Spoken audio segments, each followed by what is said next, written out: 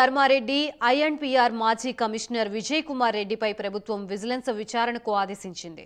ధర్మారెడ్డి, విజయ్ కుమార్ టీటీడీలో భారీ అవినీతికి పాల్పడ్డారని ఫిర్యాదులు అందాయి. ధర్మారెడ్డిపై విజిలెన్స్ అధికారులకు టీడీపీ ఫిర్యాదు చేసింది. ఐఎన్పిఆర్ మాజీ కమిషనర్ విజయ్ కుమార్ రెడ్డిపై జర్నలిస్టు సంఘాలు ఫిర్యాదు చేశాయి. శ్రీవాణి టికెట్లలో అక్రమాలకి పాల్పడ్డారని ఆరోపణలున్నాయి. ఈ నేపథ్యంలో వారిపై విచారణకి ఏపీ ప్రభుత్వం ఆదేశించింది.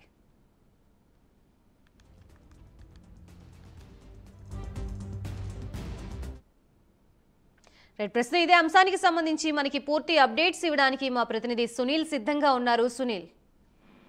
రైట్ గాయత్రి, మొత్తం మీద తిరుమల తిరుపతి దేవస్థానం మాజీ ఈవో ధర్మారెడ్డిపై ఎట్టకేలకు ప్రభుత్వం విజిలెన్స్ విచారణకు ఆదేశాలు జారీ చేసిన పరిస్థితి ఉంది. ముఖ్యంగా శ్రీవాణి టికెట్ల కుంభకోణం కావచ్చు, మరోవైపు శ్రీవారి బడ్జెట్ అంటే ప్రతి నెల ఏదైతే టీటీడీ పాలక మండలి సమావేశం జరుగుతుంటుంది, ఆ సమావేశంలో పలు కాంట్రాక్టులు కావచ్చు, మరోవైపు బడ్జెట్ ఆమోదానికి సంబంధించి కూడా భారీ స్థాయిలో నిధులు దారి మళ్లించారని చెప్పేసి ఆయనపై ప్రధాన ఆరోపణలు అయితే చేసిన పరిస్థితి ఉంది. ప్రధానంగా టీడీపీ నేతలే కాదు, ఇటు బీజేపీ నేతలు కావచ్చు, మరోవైపు జనసేన నాయకులు తీవ్రంగా ఆయనపై ఆరోపణలు జారీ చేసిన పరిస్థితి ఉంది. ప్రధానంగా తిరుమలలో జరుగుతున్నటువంటి అక్రమాలకు కావచ్చు, అవినీతికి సంబంధించి కీలకంగా ఏదైతే ఈ నాయకులు మొత్తం కలిసి ప్రభుత్వం నాయకులతో చర్చించి ఇటు అధికారులు అయితే ఆదేశాలు అంటే ఏదైతే ప్రభుత్వం నుంచి చర్చించి ఆ విజిలెన్స్ విచారణకి ఆదేశాలు జారీ చేయాలని చెప్పి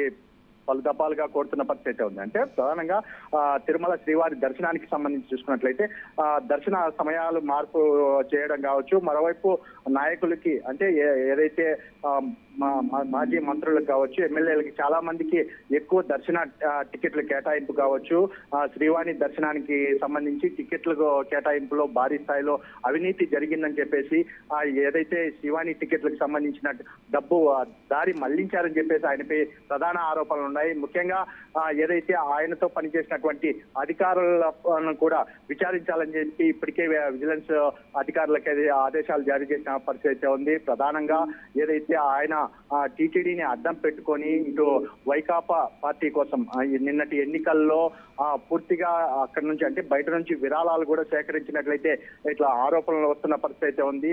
ముఖ్యంగా టీటీడీ ఈవోగా అంటే ఆయన మొదట స్పెషల్ ఆఫీసర్ గా తిరుమలకి వచ్చిన పరిస్థితి ఉంది. తర్వాత ఆయన అదనపు ఈవోగా అపాయింట్ చేసిన పరిస్థితి ఉంది. మళ్ళా తర్వాత పూర్తిగా అంటే ఎస్యూబీసీకి సంబంధించి ఎండీగా కూడా ఆయనే వ్యవహరించారు.